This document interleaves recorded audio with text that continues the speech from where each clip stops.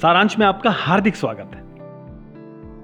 दोस्तों, सब्सक्राइब कीजिए हमारा चैनल और क्लिक भी कीजिए बेल आइकॉन पर ताकि लेटेस्ट अपडेट्स आप तक पहुंचते रहें। चलिए दोस्तों, आज थोड़ी हवाखोरी हो जाए। हवा महल भारतीय राज्य राजस्थान की राजधानी जयपुर का एक राजसी महल है। गुलाबी नगरी जयपुर की आलीशान इमारत हवा महल राजस्थान के प्रतीक के रूप में पूरे दुनिया भर में प्रसिद्ध है।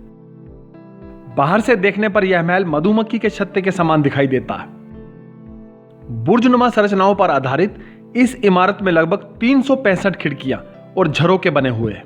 इन खिड़कियों को जालीदार बनाने के पीछे मूल भावना यह थी कि बिना किसी की निगाह पड़े पर्दा प्रथा का सख्ती से पालन करती राजघराने की महिलाएं इन खिड़कियों से महल के नीचे सड़कों के समारोह व गलियारों में होने वाली रोजमर्रा की जिंदगी की गतिविधियों का अवलोकन कर सके, उन्हें देख सके बिना किसी की निगाह पड़े।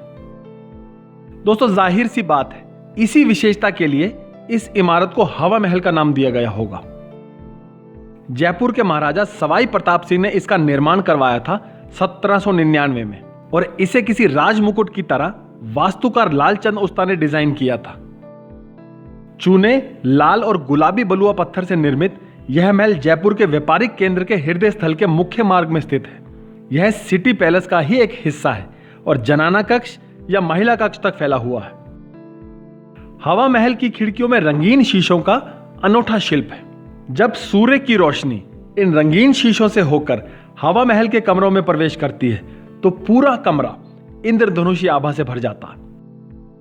मुख्य मार्ग से नजर आने वाला हवा महल का हिस्सा ही वास्तव में इसका भव्यतम भाग है। यही दुनिया भर में इसकी पहचान भी है।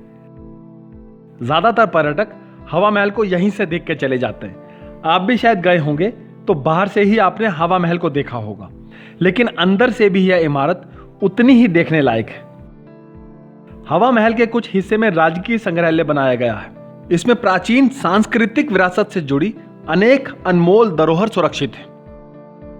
दोस्तों, हवा महल के आनंद पोल और चांद पोल नाम के दो द्वार हैं। आनंद पोल पर बनी गणेश की प्रतिमा के कारण इसे गणेश पोल भी कहते हैं। चांद पोल में झरोखों की राजपूत शैली की सज्जा भी दर्शनीय है।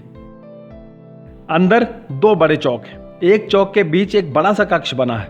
इस कक्ष में अनेक प्राचीन प्रतिमाएं और अन्य प्राचीन वस्तुएं संग्रहित की गई हैं।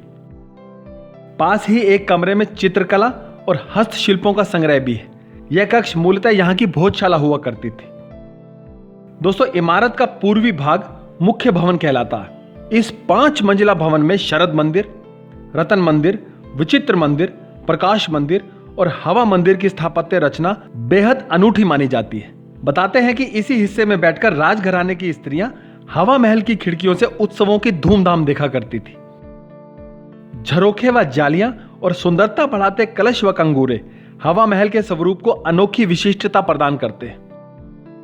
ऊपर की मंजिलों का पिरामिड के रूप में सिमटा हुआ आकार भी मोहक प्रतीत होता है। गुलाबी नगरी का यह गुलाबी गौरव अपनी अद्भुत बनावट के कारण ही आज भी विश्व विख्यात है।